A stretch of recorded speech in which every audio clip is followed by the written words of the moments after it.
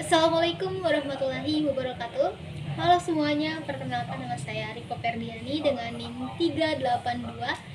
Di sini saya akan mempresentasikan hasil dari investasi saya. Oke, untuk mempersingkat waktu, mari kita langsung ke pembahasannya. Oke, di sini saya menggunakan beberapa analisis teknikal seperti moving average, RSI, dan MACD dan lain-lain. Oke, di sini ada perusahaan yang memiliki return positif. Salah satunya adalah Mavi, PT Mitra Adi Perkasa Tbk.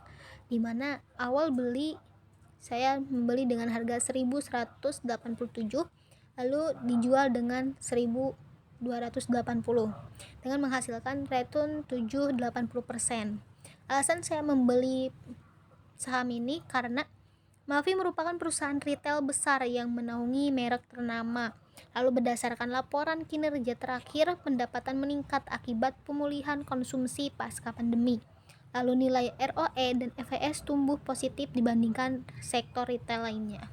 Lalu analisis teknikalnya, berdasarkan chart candlestick, harga menunjukkan pola upgrade dengan posisi harga di atas moving average 20 dan 50, menandakan momentum kenaikan kuat. Indikator RSI berada di area 60-65. Lalu alasan dijualnya karena setelah kenaikan harga, valuasi jangka pendek mulai mahal, sementara potensi pertumbuhan baru belum muncul.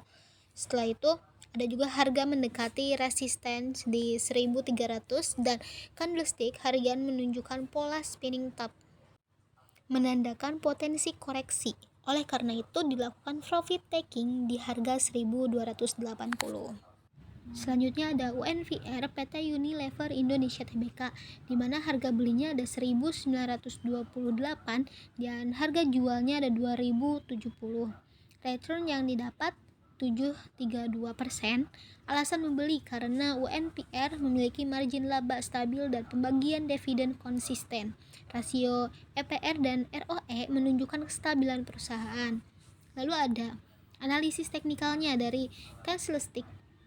Harga menunjukkan sinyal reversal dari level support 1900. Indikator MACD menunjukkan golden cross, menunjukkan potensi pembalikan arah ke atas. Lalu kenapa kita menjual? Alasan menjualnya karena setelah kenaikan harga 7%, saham dinilai sudah mencerminkan kinerja jangka pendek dan potensi kenaikan terbatas. Lalu harga mendekati upper band dan Bollinger Band dan RSI menyentuh area 70, sehingga dilakukan taking profit untuk menjaga hasil investasi. Oke, selanjutnya terkait return negatif, ada PT Kimia Farma Tbk, di mana harga belinya itu 629 dan harga jual 600. Lalu returnnya itu minus 4,15%. Alasan membeli karena KEP adalah BUMN sektor farmasi dengan prospek jangka panjang dari peningkatan kebutuhan kesehatan nasional. Lalu saat pembelian juga harga berada di area support 620-630 dan sempat menunjukkan potensi pantulan. Indikator RSI di bawah 40 menunjukkan kondisi oversold sehingga peluang kenaikan terbuka. Lalu alasan menjual itu tidak adanya katalis baru, kinerja masih stagnan.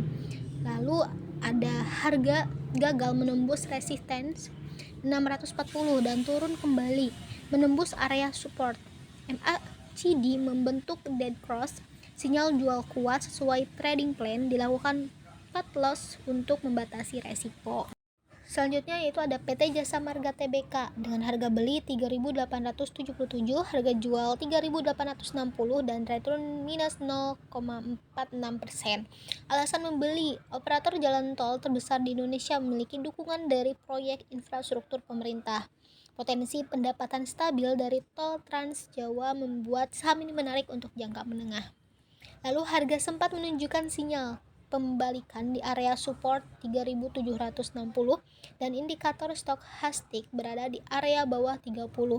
Pembelian dilakukan untuk antisipasi kenaikan pendek. Lalu alasan menjual itu tidak ada pergerakan signifikan dari faktor eksternal, sedangkan sektor infrastruktur masih menunggu katalis. Harga gagal menembus resisten 3.900 dan volume perdagangan menurun. Maka keputusan cut loss diambil agar resiko tetap terkendali.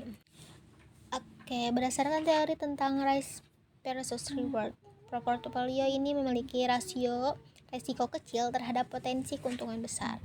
Karena dua saham unggulan ada Mavi dan Unilever berhasil mengkompensasi kerugian kecil dari KAEV dan JSMR. Keberhasilan ini menunjukkan penerapan trading plan dan kombinasi analisis fundamental serta teknikal telah dijalankan dengan baik sesuai prinsip. Oke, mungkin cukup sekian dari saya. Mohon maaf apabila ada kesalahan. Assalamualaikum warahmatullahi wabarakatuh.